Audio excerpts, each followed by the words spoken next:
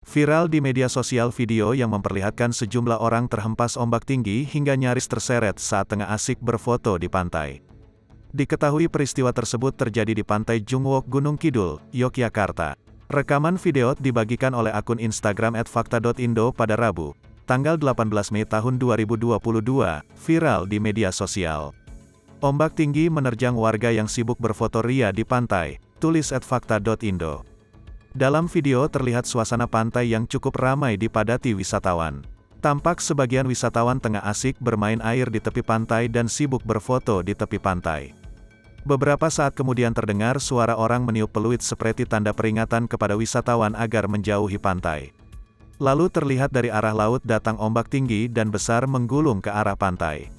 Terlihat beberapa wisatawan tetap asik berfoto tak menyadari ada bahaya. Akhirnya sejumlah wisatawan yang tidak sempat menyelamatkan diri diterjang ombak tinggi itu. Selain itu ombak juga menerjang tenda-tenda yang berdiri di tepi pantai.